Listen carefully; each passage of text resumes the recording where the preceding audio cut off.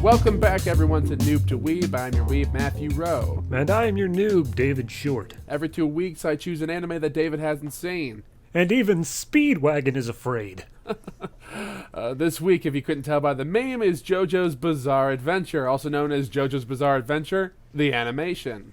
I double-checked that. I think that's a mistranslation. It very well might be, but this is a series of babbling dudes slaying poses based on the manga of the same name by Hirohiko Araki, produced by David Production, directed by Naokatsu Suda and Keiichi Suzuki, and written by Yasuko Kobayashi. So, David, please synopsis the first arc for us. Alright, so, full spoilers for the first 9 episodes. We had to go hard on this one. Man, we did away with that 3-episode limit, immediately. It's a standard. It's where we're going to fluctuate from. We probably won't get any lower than that. I'm willing to bend every standard for the ravenous people that are JoJo's fans. If JoJo's fans talk to us, we will listen to the JoJo's fans. Alright, so, there is a lot to go over for 9 episodes, so I'm going to talk fast and I'm going to move quick. The year is 1868. Mama Joestar dies in a carriage accident. Papa Joestar survives with his son and thinks some asshole saved him. 12 years later, son's name is Jonathan Joestar, a.k.a. JoJo, and things are great. Asshole kicks the bucket and calls in a favor for his son named Dio Brando to live with the Joestars. He kills the dog, steals the girl, and kicks his ass. Things are not great. 7 years pass. Things are great again, but that's a lie.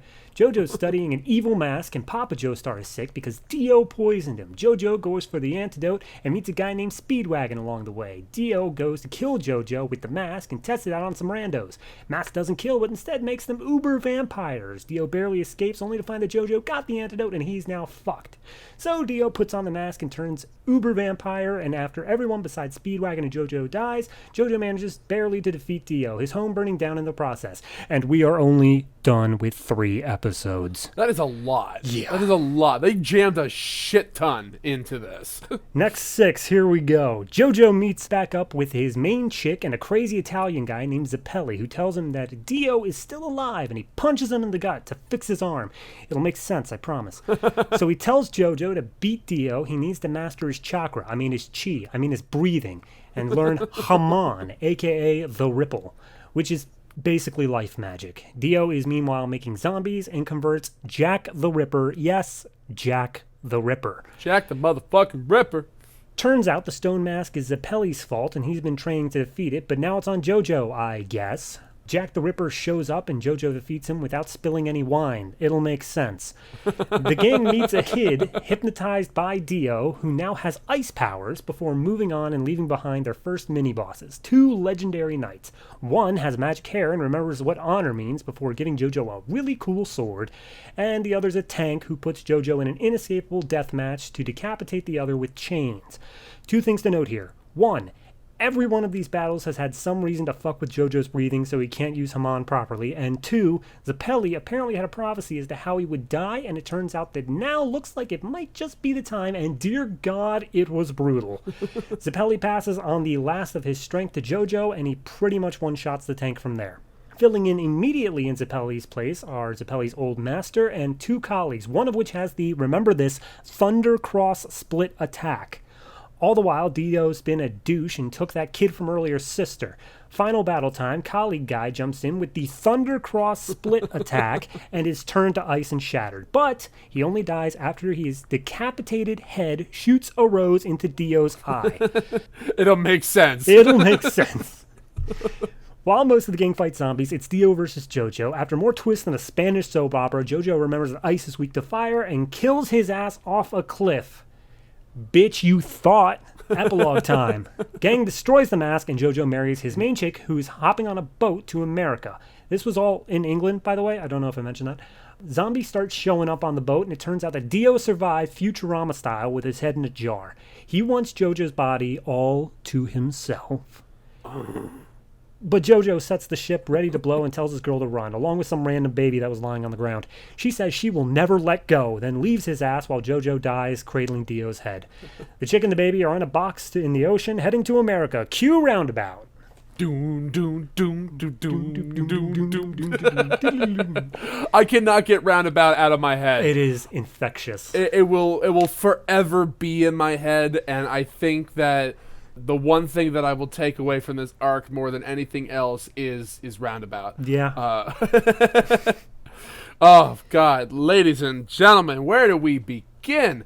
Well, the first thing off the bat that we have to talk about are the characters themselves. Yes. JoJo, Joseph Joestar, and Dio Brando are the two apex characters here. Our mains. Do you think that JoJo is a likable protagonist, and do you think that Dio is a villain that you really can get behind? JoJo is... he's just the quintessential, just boiled down, like, goody two-shoes hero. Like, his first thing that we see him do is save his wife-to-be from some bullies, and not doing it because he's into her, but only doing it because that is what a gentleman would do. And it's like, okay, yeah, you're the guy. We get it. You're awesome. And he only gets more and more determined and awesome across the whole thing. So, yeah, no, I'm totally down with JoJo. I completely agree that JoJo is one of those quintessential chivalrous characters to a point in which that I think one of the things that I had a bit of a trouble with his arc as a whole is the fact that it was never really his intuition, his intelligence, or his tenacity that got him out of situations. It was just him punching the guy harder than he punched before. I didn't feel there was a whole lot of tactical involvement with it. So, like, I never really viewed JoJo as a smart character. I kind of viewed him as a very reactionary character.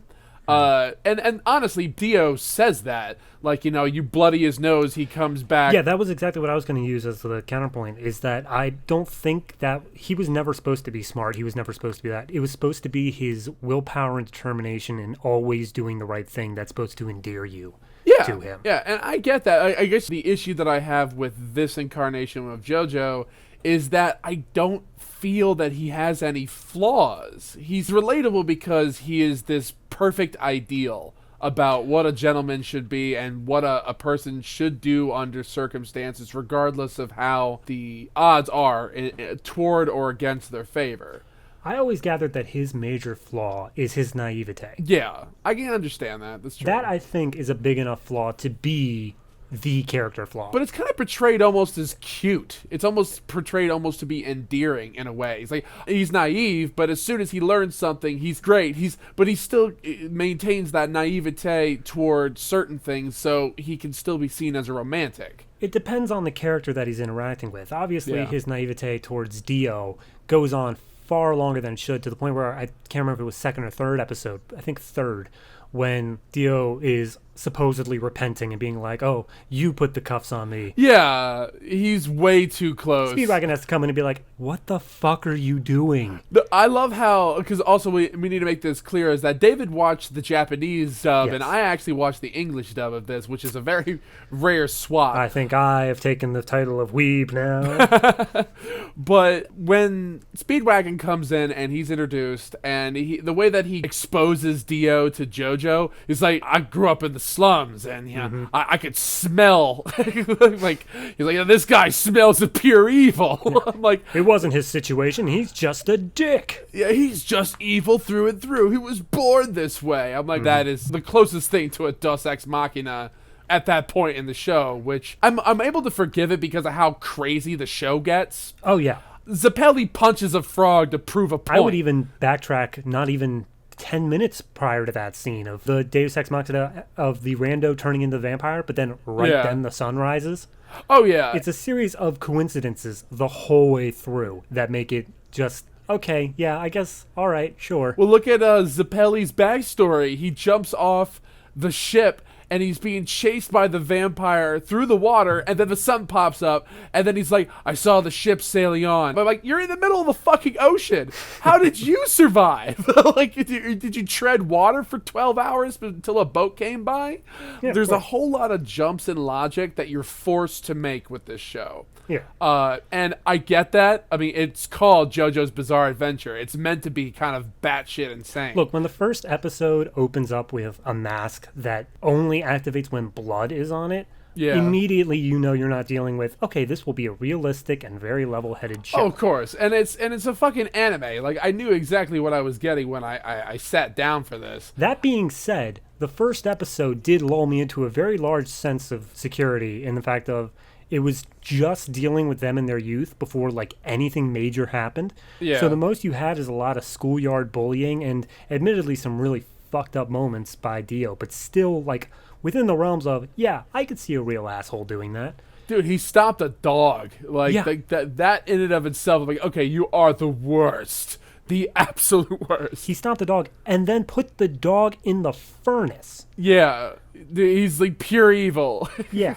But that's still doable by your, like, average sociopath, as weird of a sentence that is. That's true. But, like, it was only in the following episode when you start getting into the mask that it's like, oh, wait, this isn't just following two guys. This is following two guys with magic. Yeah. So, JoJo, I like. I think I'm a fan of him, just not because I think that he has a great character arc, because he started off a great gentleman and he ended a hero. He only grew in the size of the deeds he was performing, not in their morality. Yeah, he wasn't really challenged moral and ethically wise. It was always just kind of a reassertion of what he already believed. Yeah.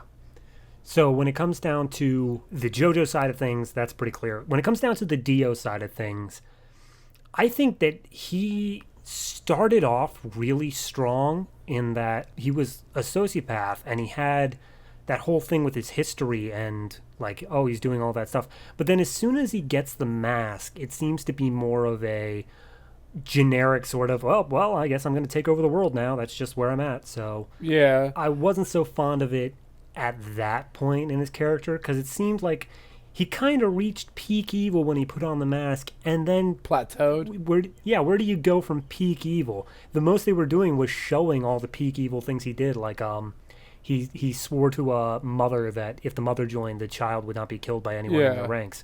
But then, as soon as she joined, she ended up killing the kid. Yeah. So it was like, oh yes, I'm devious like that. It's like, okay, I guess, but I still think that, you know, you've reached a point where we get it. You are as evil can be. What are you gonna do, though? Yeah, I guess it's like, it's in the earlier parts of the first 3 episodes, he was overly evil, not for the sake of being evil. It was always specifically for his end goal. Like, his goal was to make JoJo's life fucking miserable. Right. And he knew the exact ways in order to punch him and prod him and agitate him in the right ways.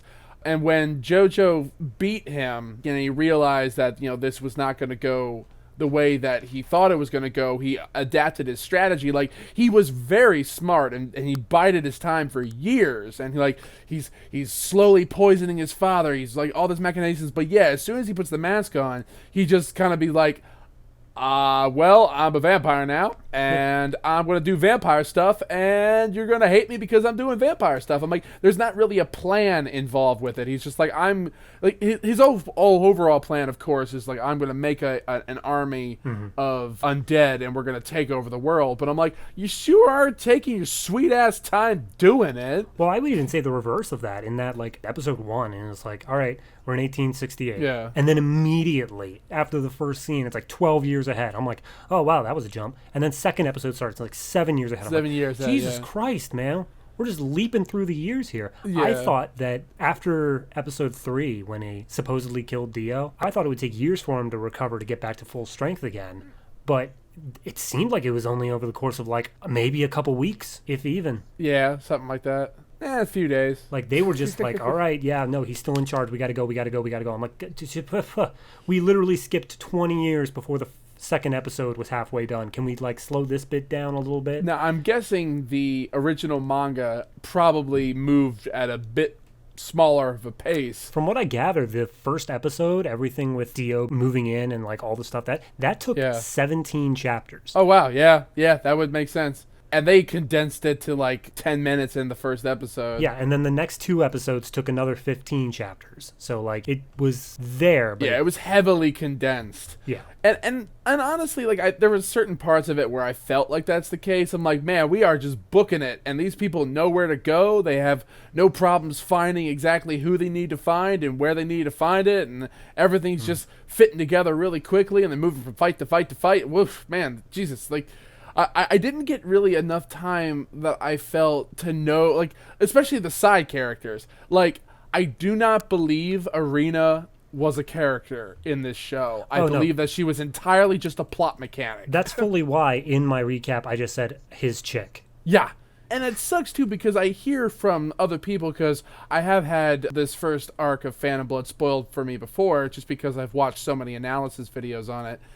From what I understand from Arena in the manga, she is definitely well more developed than it is in the show, because she's in, like, the first 3 episodes, and then she shows up in, like, the last, like, 2. She's in the first 2, and then she has that one where she's healing Jonathan, and then she shows up at the end when they're all getting married. That's it. Okay, so she was in 4 episodes out of 9, and she really wasn't even in a whole lot of each of those episodes anyway. She was never really the main focal point. No, the most development she got was in the first episode, when it's all focused on everyone getting development, and more so Jonathan and Dio than anyone else. Yeah, and that makes sense because it sets up their rivalry and the main conflict inside the series. I get that, and I think that it's honestly done relatively well. I never have any problems trying to understand what these characters are doing and why they're doing it, because their inner monologue won't shut the fuck up. I think the best way to describe this, because like I was watching the last few episodes with Kat, and we were just kind of sitting through, and I was kind of like getting into like the overhypeness of the fights and all that stuff, and we'll get into that in a second. Right. But the one thing that constantly kept getting into me was the fact that, especially Speedwagon's entire point in the first arc is just to narrate everything that is happening on screen. So I'm like, this is a really good show for the blind.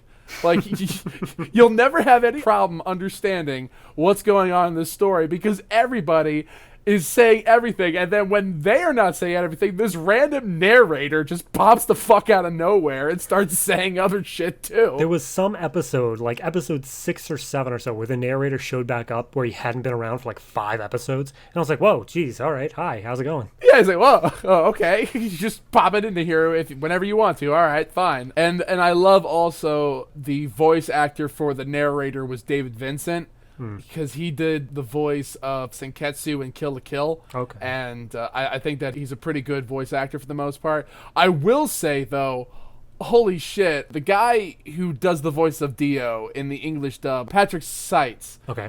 I've heard this guy's voice everywhere.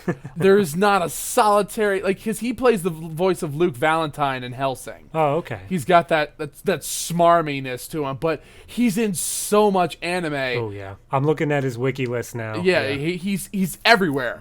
I think it's one of the main problems that we have with the English voice acting industry when it comes down to these types of dubs, because they have the same stable of like 30 or 40 actors that they just shuffle around to every solitary anime in existence. Yeah. So I've heard these voices so many times.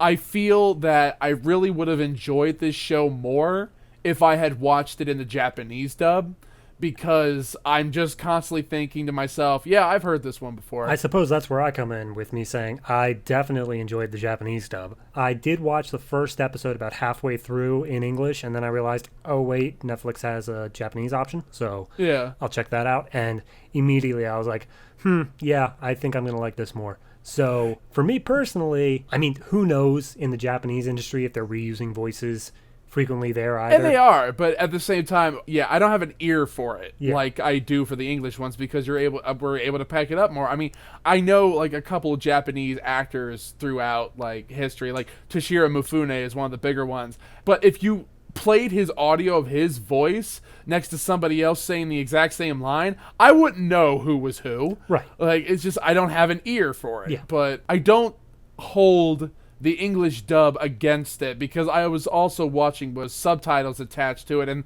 the English dub is really close to the Japanese subtitles.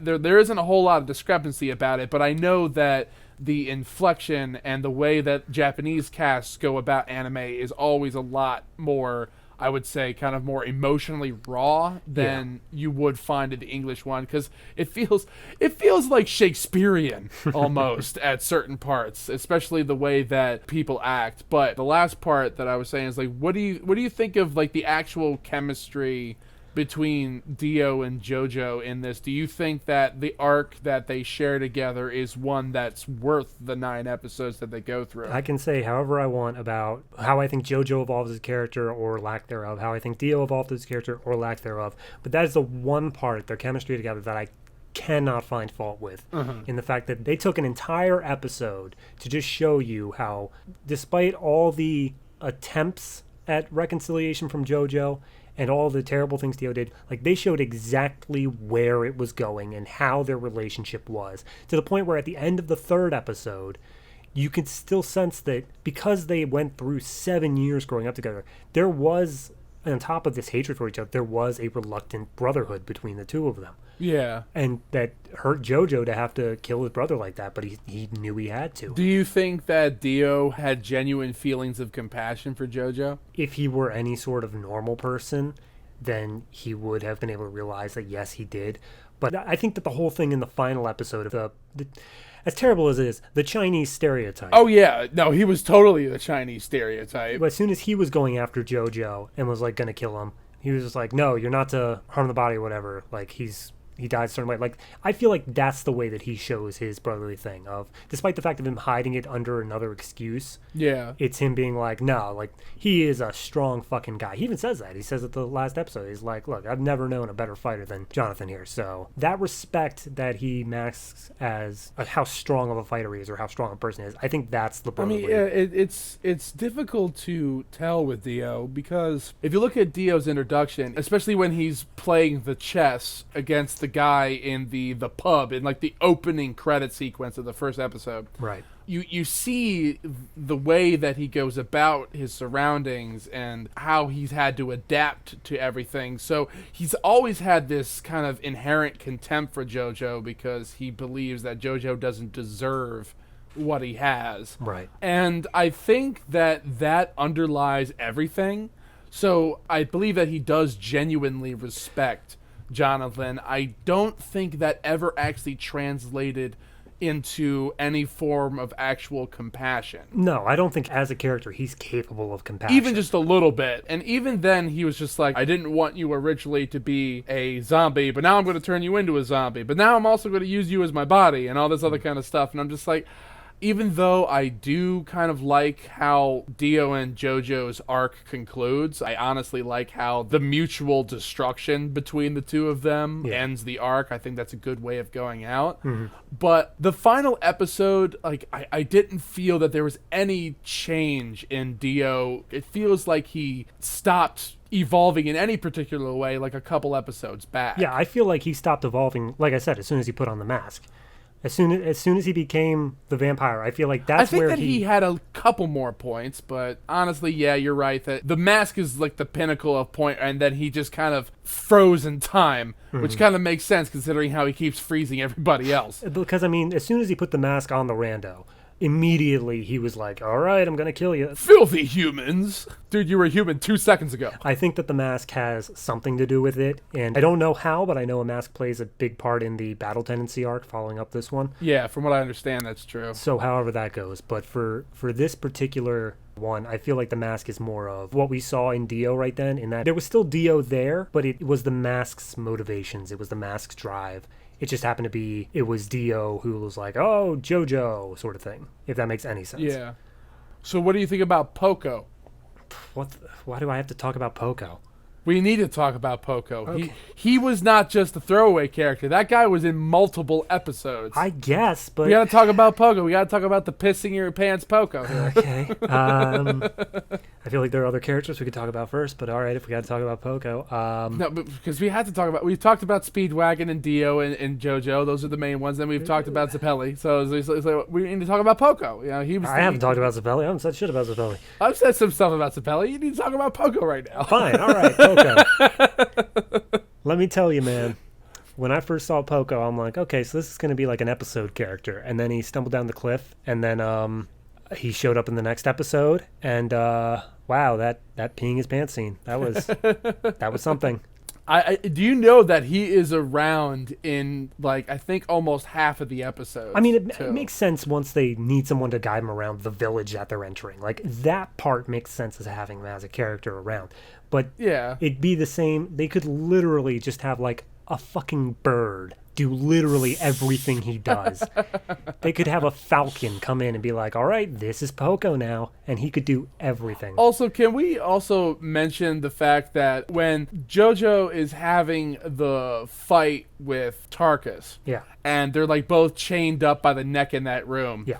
and Zappelli is like banging on the door, is like, oh, damn the steel, if it was brick I could turn it to Yeah. dust. I'm like, the whole damn wall is brick. I was thinking about that too. Yeah. I have a suspension of disbelief with this show because it is JoJo's Bizarre Adventure. Yeah. But that is just straight up stupid. Yeah, I have to assume that it's one of those things where there was an explanation in the manga, but then because it was just saying why they couldn't get in, they had to just trim it out for the anime. And I get it, but at the same time, there are certain things that it's the whole thing of in Independence Day, where there's that deleted scene that says like why the computer code works on alien tech.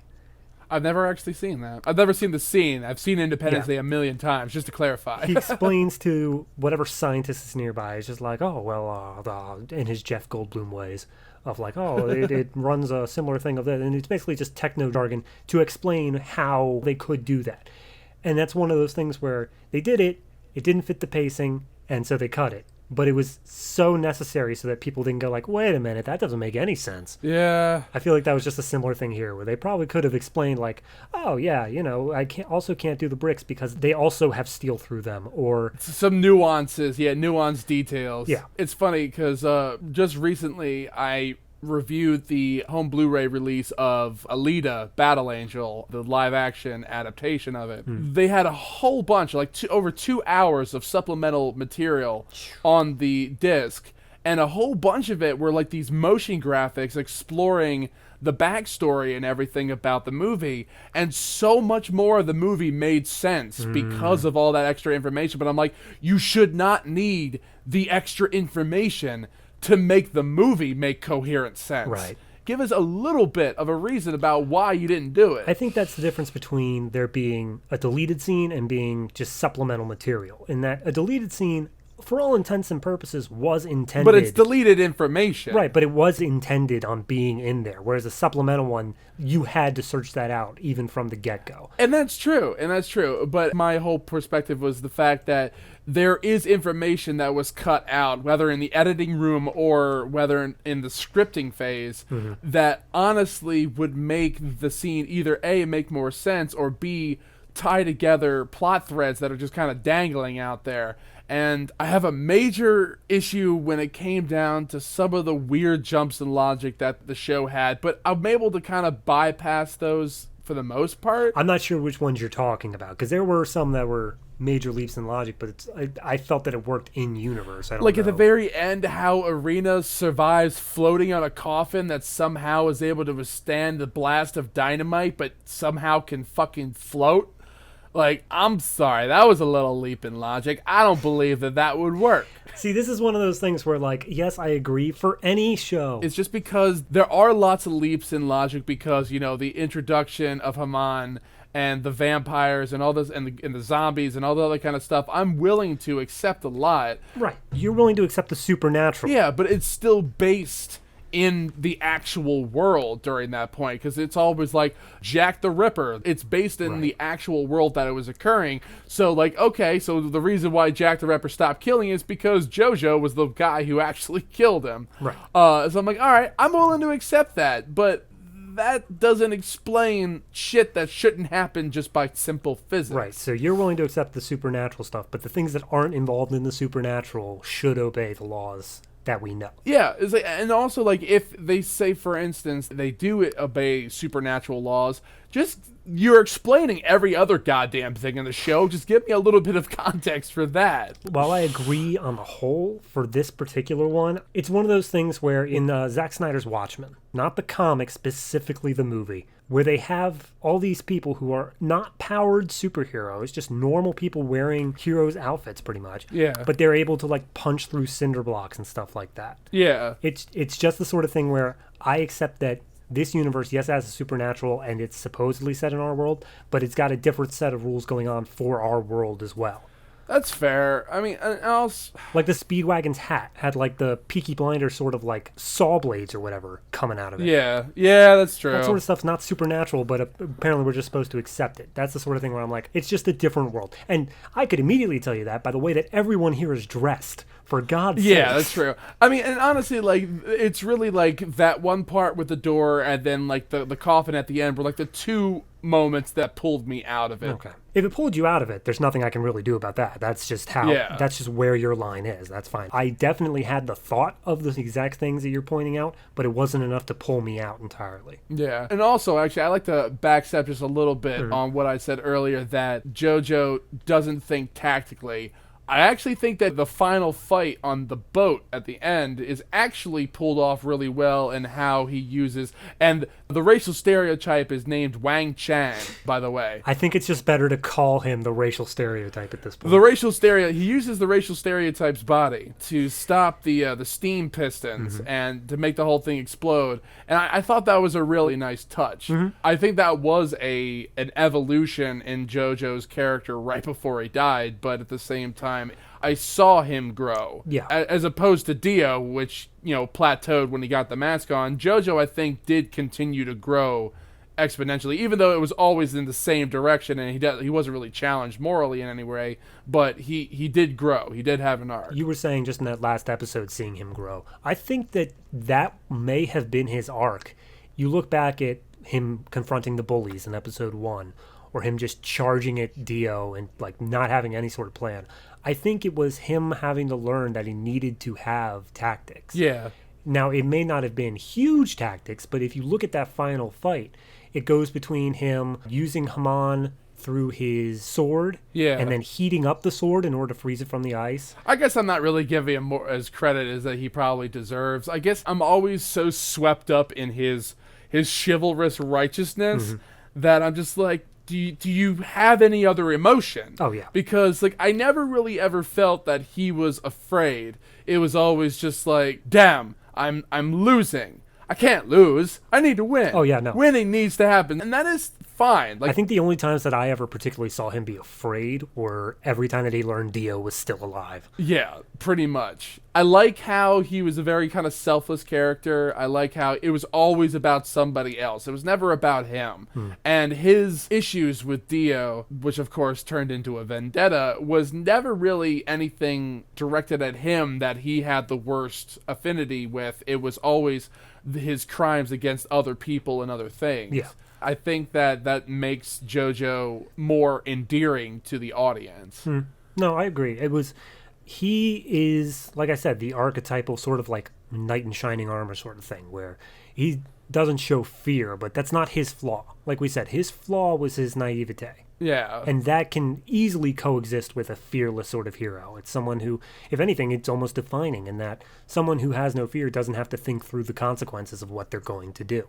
That's fitting enough with his character. It may not work in, because when was this written? 87. 87. So it's more product of the times and that sort of stuff. But compared to modern day, like where every character has this deep psychological flaw and we explore that. It's true, yeah. It's more simple. I mean, this came out during a time where Shonen was dominated by Fist of the North Star. And Fist of the North Star, there is no emotion. Right. there is no emotion on Tetsuo's face or in his soul. He is simply a fist with feet. That was what made that thing really great. So, and the manga was kind of an antithesis to that, because it not only had these really wild and extravagant character designs, but also it's much more flamboyant and much more unique in the later arcs. Right. The main issue that I have with this is one of the main issues that I've heard a lot of people having with Phantom Blood in general, is the fact that it's very obvious that the story is being told by somebody who hasn't told many stories before. Right. So it's kind of like this idealized version of what the hero's journey is. And I also think it's very much influenced by Bram Stoker's Dracula. I mean, I could see that. As soon as they introduced vampires to the story, because again, I wasn't spoiled at all for Phantom Blood, really. As soon as they introduced vampires, I'm like, oh, I didn't realize this was where JoJo went. Okay, all right, well, guess we're there. And then they introduced how the vampires can make zombies. I'm like, oh, all right. Well, anything else I should be expecting? Is there going to be a dragon in Act 3? Where are we going with this? Well, considering JoJo's Bizarre Adventure, I'm assuming that it's just going to get more and more bizarre. And considering, like, we have not seen the work of enemy stands. No, we haven't seen protagonist stands. There haven't been We haven't seen any stands whatsoever. Stands was, as a mechanic, it was definitely not introduced in Phantom Blood yet. I believe that it was introduced in Battle Tendency, but I could be completely wrong. Who knows? I have written about JoJo, and I know the influence of JoJo, and I know all of the shows and all of the series that JoJo inspired, but yet I don't know a damn thing about JoJo. And the fact that when I found out that each arc of JoJo's Bizarre Adventure is a completely different protagonist, and apparently every single one of them are great, that alone blows me away, is the fact that you're able to cycle through your protagonists. Oh, yeah. After the audience has already loved them and loved the characters and the world that you've built, and introduce a brand new set of characters that are just as good, if not better, than the last. So that's why I'm more anxious to see where the series can go, as opposed to what the series has already shown me. Yeah, no, and that's 100%. I was immediately with this story after episode 1, in that, like, as soon as the credits rolled, I'm like, well, I mean, I gotta see what happens next. It's set up. It wasn't even a cliffhanger, really. It was just kind of like, all right, and that's introducing our characters, and I'm like, okay, well, you've got me. I'm interested. And then it so quickly shifted what its story was in episode 2 to, like, like I said, the first episode was all about schoolyard bullying and, like, this terrible guy moved into your house. And yeah. Then episode 2, it introduces the vampires and shit like that. I'm like, wait a minute, what the fuck? I feel like this is a little microcosm of the series as a whole. Episode 1 between episode 2, major shift. Episode 3 to episode 4, major shift. Episode 8 to episode 9, major shift. I feel like it's just saying, like, hey, yeah, we can change the story however we want, whenever we want, and it's still going to be good. I agree with that. I really do. That it is able to understand its strengths in narrative and in visual style. Because one thing that you cannot say about this series is that it is not visually striking. Oh, no. The last detail I want to discuss before we kind of get into final thoughts is, for you, animation, the quality, how it's used, they use their budget to tell different parts of the story. Do you think it was well utilized? In the way of animation, I think that it was solid the whole way through. There were occasionally we need to come up with an official term for this, but the freeze frames with the flapping mouths. Yeah. I mean, I like when they were intensely shaking the camera. Yeah, no. If it had a flair to it, then it had a flair to it. But occasionally you just had them just pan and scan while they were moving their mouth flap, and that's it. Yeah, and you could tell that, all right, we can't spend the money on this moment. And the other thing is that this is a series that is built around fights. As shonen do. And as such, a lot of the fights had most of the budget put towards them. However, I think that the largest, at least the best looking fight for me, was the one at the end of the first episode, honestly. Yeah. It was the young fight between him and Dio. It was fluid. The camera was constantly moving. Nobody ever stood still and had that inner monologue moment without something happening on screen. Yeah, I agree. Honestly, it follows the first episode formula for most anime, that they dump a considerable amount of budget into that. But I think I would have rathered have it on the final fight. Yeah. Not even the ship fight. on the one in the castle where he's Yeah. taken down. I think I'd much rather have, even if it wasn't even in the manga, I think I'd rather have them just insert an extended sort of fight scene with Dio using his ice powers and JoJo using the Haman and the sword. Well, that's the thing, too, because so much of this was barely even a fight. It was just like a punch, and then they would stand still for a while. I think I said it in the Handshakers review of the Bleach way of fighting, where it was, you've got a new power, that power has been pushed to its limit, you introduce a new enemy who is slightly beyond your reach, and then you have to learn a new thing in order to beat them.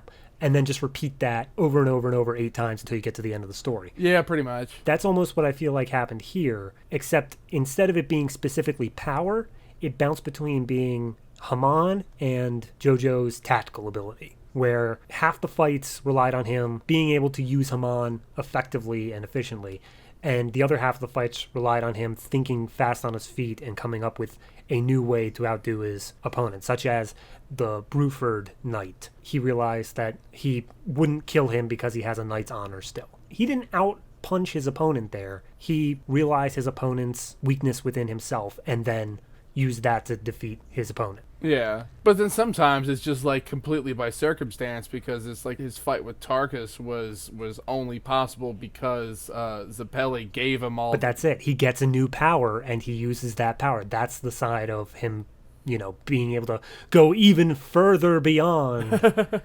Beyond Super Saiyan. Exactly. That's the sort of thing that I feel like there. And I feel that the fight with Dio on the castle was the point that matched together the strength of Haman with him having to think tactically. I agree. I just wish that it looked as a more interesting fight. Because it had to show the tactical side of things, they had to slow it down in order to show his thinking. And you have like this weird kind of pacing, like especially in the last episode where, Wang Chan is jumping with Dio toward JoJo. He's in midair. He's in the middle of the jump. Mm-hmm. And they're just talking back and forth, like casually almost. I'm like, how fast are you guys saying this? Or are you deciding to suspend yourself in midair? It's one of those things where in manga, the speech bubbles can be as large as you want and nobody thinks about it because that still frame lasts as long as that still frame has to last. And that's the problem with that, is because like you have to adapt it for a visual medium. Let me rephrase,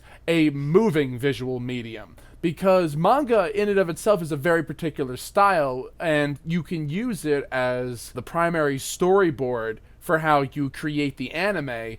But one of my favorite shonen series that was able to take the fights in the manga series and make them far better and much more fluid and much more unique to its own medium was Yu Yu Hakusho. Right. And a lot of the fights in that were all just kind of handled very quickly in the manga, but in the actual episode, it would last the entire episode, and it would be all this crazy fluid animation and all that stuff. And like, we didn't get that here. We didn't get. I don't feel like the fight between Dio and JoJo in the castle was a really satisfying fight. No, I don't think so either. Which is, I felt much more satisfied with the ship fight, the final confrontation, because that one didn't feel so much as a physical beatdown. It just felt like the emotional closure of these two characters. It felt exactly. And that one, it felt more satisfying in that way. But I do wish there would have been more fluid animation beyond that first episode, when it comes down to fight scenes at least. Like, I'm not saying that it was all just like Dragon Ball Z, like squish lines when it comes down to throwing a punch, and that's how it just blah, blah, blah, blah, blah, and you're just supposed to assume that it happened. Yeah, exactly. It genuinely did show the punches and stuff. It was just so slow because people were inner monologuing and tactical, and the fights themselves, if you were to take out all of that stuff, would not last over like 2 minutes, guaranteed. Yeah, so that's why you have to think about things in a bit more of a fluid way. Like, if you're adapting like a boxing manga into an anime, like, you can get away with certain things in a manga that you have to be able to compensate for in the anime itself, because we're here to specifically see it move. Yeah. And especially if you have a series that's entirely devoted to fighting. So JoJo's Bizarre Adventure is entirely devoted to the combat and the mechanics behind the combat. So as a result of that, the production should revolve around that. And I think we're both on the same page with that. But I do completely agree that the fight at the end of the first episode was the most satisfying, was the most cathartic.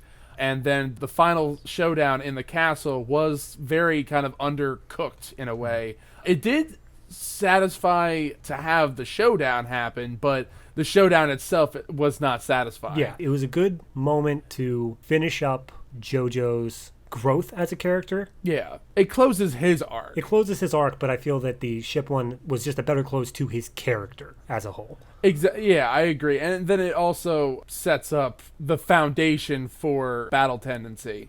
But I think that's one of the impressions that I got, especially considering the fact that Phantom Blood is only 9 episodes and Battle Tendency is considerably more. I feel almost that they were trying to rush through Phantom Blood a little bit. Not necessarily to say that the episodes feel rushed or feel rushed in the production sense, but I feel that they wanted to kind of rush through the major points in this to get to Battle Tendency, partially because Phantom Blood is the one arc that has been adapted to anime the most. I think it's probably more in that, like you said, they didn't have as much money going into this, and plenty of JoJo's adaptations have failed before them. Yeah. I think that it's more likely that they wanted the first season to be the first 2 arcs in their entirety. Probably. And they just had to draw the line somewhere of, all right, how many episodes are we devoting to the one that has been adapted over and over again, and how many are we doing the one that may not have gotten as much love over the years? And they decided that the split should be 9-17 as compared to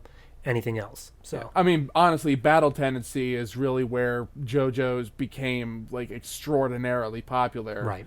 Phantom Blood is often seen as a good introduction to the world and kind of the aesthetic, but Battle Tendency is seen to be Araki, the manga artist, at his peak in a way. I understand that Stardust Crusaders and a couple other arcs are like phenomenal. Right. So I understand that he just kind of got better with his formula over time. And of course, it has gone to influence all of shonen. Do you believe that the OP and the ending complement the actual story itself, or do you kind of see it as a little bit too much of a remove for the particular tone of the series? I can't say one way or the other whether or not the opening is particularly... I think that it's a solid just anime opening because, I mean, it is original animation, but it's quite literally the show. It is not coming up with new scenes. It is redrawn computer graphics, I think, of all the scenes from the show. Yeah, for the most part. I mean, the first, 20 seconds of the thing is like the first 3 episodes all kind of meshed together. Yeah, it's a fine opening. I don't think it's a removal. I cannot, and there is no possible way you could separate the show from Roundabout. I can't do it. The fact that they made the conscious choice for most episodes to start the ending theme with that guitar before the end of the episode, like to have it lead into the to be continued thing. Yeah. They wanted that to be intertwined. Yeah, they wanted that to hook you in like that. I think that the way that they use the to be continued transition at the end of each episode really works well to be like, all right, I can sit through another one. Exactly. I'm in it. I do think that the pacing of the series, even though there are parts of it where I feel that it was kind of rushed and some ideas feel a little abridged. I just feel like there is zero time for Jonathan to actually learn Haman. Yeah, there's none. It comes off as him saying, oh, he's a savant. He already gets it. He puts his hand on a branch just after learning it, and it sprouts into life. In places where flowers wouldn't even sprout. Exactly. It makes sense if there were to be him being a savant. But there's only so far that you can push the savant thing before it's like, okay. He still needs to know how to do shit. Before he was taught anything about it, Zappelli came up and said, all right, Jonathan, I'm going to give you this glass of wine. You are going to fight zombie Jack the Ripper in complete darkness. And if you spill a single drop of wine, we are no longer going to train you. Yeah, he just learned about this yesterday. Yeah, and you've had, fucking decades to learn this nonsense. So, he may be a savant, but at the same time, it feels like that should have been something that was, the final test of the basics. Yeah, not the first test. Not the first test of the basics, where he's like, all right, let me see if you can do it. I think, honestly, that Super Eye Patch Wolf said, this feels like the greatest hits of this arc. Yeah, I can say that. It feels like we're not getting the full story. We're getting all the major points to tell us all what we need to know in order to move on to the next part. It doesn't fully encompass everything about it, this is just the greatest hits catalog. Yeah, I mean, I could definitely see that being the case. I think that, according to the JoJo's wiki, the first Phantom Blood is only 44 chapters, and looking generally around, it seems like they included everything, but I'm sure that there are plenty of moments that were skipped over just for the sake of pacing. To me, it just feels like it was running throughout the entire show. Even when people are supposed to be like chill and all that kind of stuff and just talking to each other, it feels like we're just always really hype and really full of energy, and we gotta keep going and keep moving the story forward, or else we might lose some steam, and we can't lose steam until the steam blows up the ship. Then we can lose the steam. Yeah, no, fair. So, if we have to give Phantom Blood a rating out of a scale of 5 stars, what would you give Phantom Blood? Okay. I've thought about this for 2 weeks now, and I've bounced back and forth. And I genuinely cannot give it anything less than a 4.5. Nice. Look, for the entire, however long this has been, half hour, 45 minutes of us talking about this, I was so into this right off the bat. I can't even begin to describe. Like, yes, it has its problems, and I'm not going to defend all of them, but it was so enjoyable right off the bat. Sure, the first episode isn't indicative of the rest of the stuff, but it got me hooked. Apparently this first season is barely indicative of what the rest of the series is going to be like, but I'm still hooked. I'm still in. I still love literally everything that they've been doing here. It's been fun. I think that's the biggest thing, is that yes, it's campy, yes, it's stupid in a lot of ways, but it's so much fun. The only other one I've given a 4.5 is My Hero in the first episode, and I enjoy it on par with that. The only reason I say cannot give it less than 4.5 was I was honestly bouncing around a 5. Really? I was, but it does have just a bit too many flaws and a bit too many issues from what I've seen so far. And the only other 5 was Millennium Actress, and it's comparatively not Millennium Actress. I don't think any of the fans of the show are willing to put it there either. Yeah, I mean, it's pretty strong difference between those two. Right, but it was just so much fun. Like, I was having the same amount of fun as I was with My Hero, if not slightly more, just because it was just constantly like, yeah, no, let's go kick some ass. And I'm like, yeah, let's do that. It just struck me as just a fun anime. I'm not gonna say that it's the emotional powerhouse that the anime world needs. No, it's going around beating up the baddies. I feel like it's the same thing that people who grew up with Dragon Ball Z or people who grew up with Naruto. It's like, yeah, they have some of those emotional moments, but for the most part, you're there for the awesome fights. And I was just down for, like, they were fun characters, they were fun interactions, they were fun moments. Everything about this was just fun. I had fun. I genuinely wish I could explain it better. I don't know why it was so fun, but it just was. And we've said before that the first 3 episodes are basically their own self-contained segment. Pretty much, yeah. I watched those before you did. And I was going to text you and say, like, hey, I think we can just make this the first 3 episodes. But by the time I got done with the 3rd episode, I was already like, I mean, I'm going to watch the 4th, so... Then I'm going to watch the 5th. Yeah, exactly. I wasn't going to stop. The only reason I stopped was just because, like... oh, and now they're dead. Oh, I guess we're on down the arc. Well, here's the arc, guys. They're dead, but at the same point, if the next episode started autoplaying, I was like, I mean, we could. We have the power. But I knew we had to stop somewhere. So I would gladly give this a 4.5 just because, regardless of what anyone says, if nobody watches this, if he gets this one view, and the one view comments saying, hey, don't ever touch JoJo again, I'll say, fuck you, guy. I'm going to watch JoJo some more. Yeah, well, for me, some of the hang-ups I have with the series and some of the hang-ups I have with the production itself, it takes a bit more of a chunk out of the impression that I have. I did have fun with this series. You're absolutely right. I did.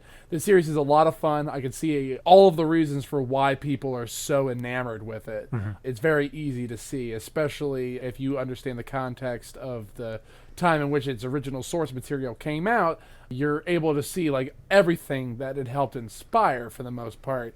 I have to give credit where credit is due, and David Production did, I think, an admirable job about adapting the story to screen for the most part. I do think that there is jank here that I just can't get quite past. So as a result of that, I kind of give this 4 out of 5. Okay. I think that it is absolutely solid for the most part. I think one of the reasons why I'm a little bit more hesitant of giving this arc a 4.5 out of 5 is the fact that I know it's going to get better. I know that the stories themselves get way more complicated and the mechanics and the character dynamics become way more involved and rich and invested. But if I'm just looking at the arc itself right here, I think that there are issues that I have that I'm not able to completely remedy. I am able to let my suspension of disbelief run, and a lot of some of the more wackier things that occurred in these 9 episodes I'm able to forgive and get like right along with. Like, the hype that these characters get to is so great, and I was just laughing and just enjoying every aspect of it. Even when it was getting dark, they were so hype about the fact that they were losing, Right, that I could not help but just really get invested in what's going on. So it does hook you in, it does keep you the whole time, and it does make you want to watch the next part. So this is a total thing that I would pay a full price to own. Oh, yeah. Or to to see in its best, most completed form. But I do think that there were aspects and potential that wasn't fully realized with this arc that they could have had. Yeah. But that isn't to say that they didn't do an admirable job. It's just not quite there for me. I have a feeling that if I watch Battle Tendency and Phantom Blood together, I probably would be singing a different tune because I'll get the full arc and I'll get the full understanding and foundation in which to move forward. And I think that if we ever do the next arc, even though it's a bit longer, but if we ever do the next arc, I have a feeling that my tune will probably change. Right. But as of right now, it's a definite solid 4 out of 5. So, we want to thank everybody for listening. What do y'all think of JoJo's Bizarre Adventure? If you want us to continue with the rest of the series, let us know in the comments, along with any other anime we should cover. All of our socials and our Patreon are down in the scribbly-doo, as they always are, and we'll catch you next time when we will be discussing, quite possibly, one of the most notorious anime ever released, and one I've actually wanted to talk about for a long time, the 1991 OVA Dark Cat. Notorious? I mean, it did cats. I like cats. Cats are fun. It's Garzy's Wing meets tentacle horror, David. No one is having fun.